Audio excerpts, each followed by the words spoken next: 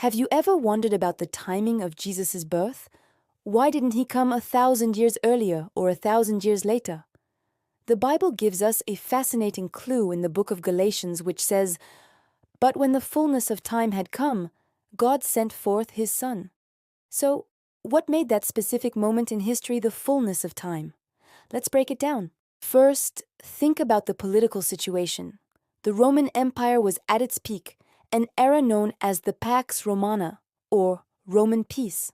For the first time in history, a vast, unified empire controlled the Mediterranean world.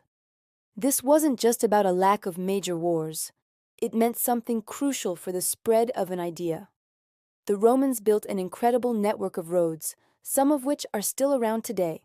These roads made travel safer and faster than ever before. Imagine trying to spread the good news without these highways.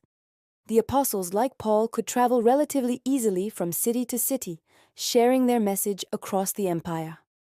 The political unity under Rome created the perfect infrastructure for the gospel to move. Next, let's consider the cultural and linguistic landscape. Thanks to Alexander the Great's conquests centuries earlier, a common language, Koine Greek, was spoken and understood throughout the entire Roman Empire. It was the language of trade, government, and everyday conversation. This meant that when the New Testament was written in Greek, it could be read and understood by people from Jerusalem to Rome, from Egypt to Spain. There was no need for constant translation. This linguistic unity broke down barriers and allowed the message of Jesus to spread like wildfire.